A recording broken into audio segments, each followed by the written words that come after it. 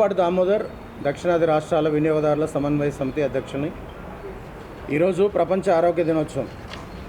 ప్రత్యేకంగా ఆహార పదార్థాల్లో జరుగుతున్నటువంటి కల్తీ గురించి వినియోగదారుల సంఘాలు గత 30 సంవత్సరాలుగా మేము పనిచేస్తూనే ఉన్నాం అధికారులతో కలిసి. కానీ ఈ మధ్యకాలంలో విచ్చలవిడిగా కల్తీ పెరిగిపోయింది. ఎక్కడ చూసినా కుళ్ళిపోయిన మాంసం పట్టుబడుతుంది. 10 రోజులు 15 రోజులు నిల్వ ఉంచినటువంటి మాంసాన్ని ఈరోజు హోటళ్ళకి రెస్టారెంట్లకి సప్లై చేస్తున్నారన్న సంగతి ఈ మధ్య బయటపడింది. తనిఖీ చేస్తే బయటపడ్డాయి, తనిఖీ చేయనివి ఇంకా ఎన్నున్నాయో మనకు తెలియదు. ఈరోజు ఆ తనిఖీ అనేది నిరంతరము జరగాలి. ప్రత్యేకంగా ప్రభుత్వం ఒక విభాగాన్ని ఏర్పాటు చేస్తామని ఈ మధ్యకాలంలో ముఖ్యమంత్రి గారు ప్రకటించారు.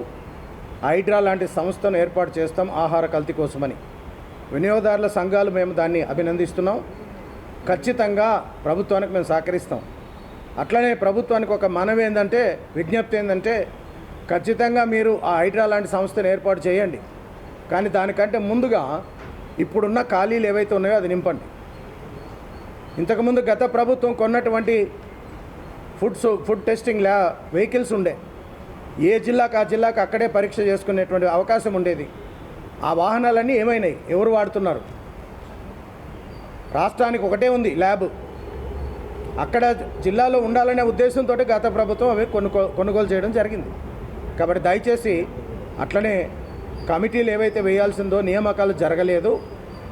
డిస్ట్రిక్ట్ కన్జ్యూమర్ ప్రొటెక్షన్ కౌన్సిల్ కానీ, స్టేట్ ఫుడ్ అడ్వైజరీ కమిటీ కానీ, విజిలెన్స్ మానిటరీ కమిటీలు కానీ ఆ నియామకం అనేది జరగలేదు. ప్రజల తరపున కన్జ్యూమర్ కౌన్సిల్ అక్కడ మాట్లాడుతుంది. ఖచ్చితంగా ఈ కల్తీల మీద అధికారులను అప్రమత్తం చేస్తుంది. జరుగుతున్నవన్నీ కూడా నియంత్రించడానికి మా వంతు మేము ప్రయత్నం చేస్తాం.